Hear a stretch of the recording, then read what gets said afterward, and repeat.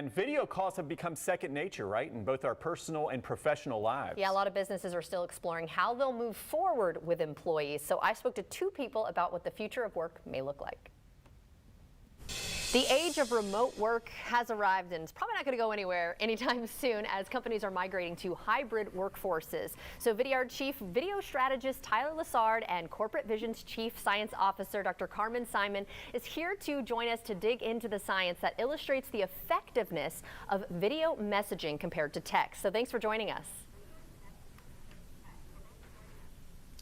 Thank you, Jordan. Great to be here. Thank you. So how did the pandemic change the way we communicate, and do you think we'll ever go back to the way things were? Well, it's no secret that the use of video calls and video conferencing have skyrocketed during the pandemic. But as people have gotten more comfortable and confident being on camera, we've also seen this rising use of video in other formats, including sending what we call video emails as a way to share ideas or answer questions right in somebody's inbox. So as we move ahead in post-pandemic, we certainly feel that video will simply be a common way in which we're communicating and collaborating with others, particularly in the hybrid workplace.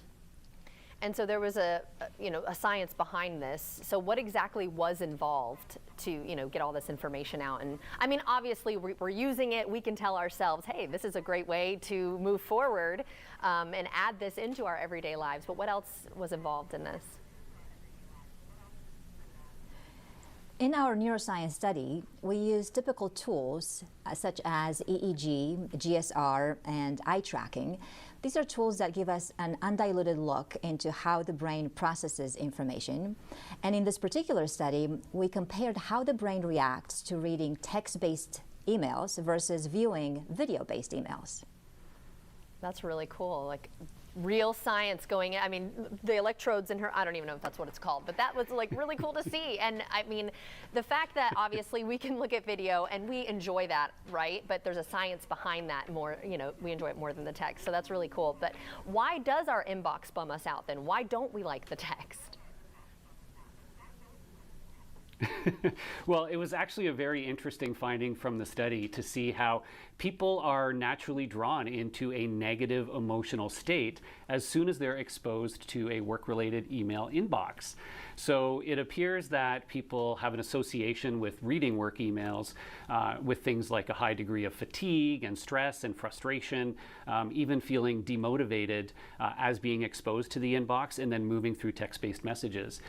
But I'm sure some of these aren't that much of a surprise to a lot of people, and we can relate to that feeling of having to hop into our inbox and slog through and read a lot of messages. Yeah, and it strains our eyes. I mean, the list goes on and on, right? So we know how the text makes us feel. Based on this study, how do the videos make us feel?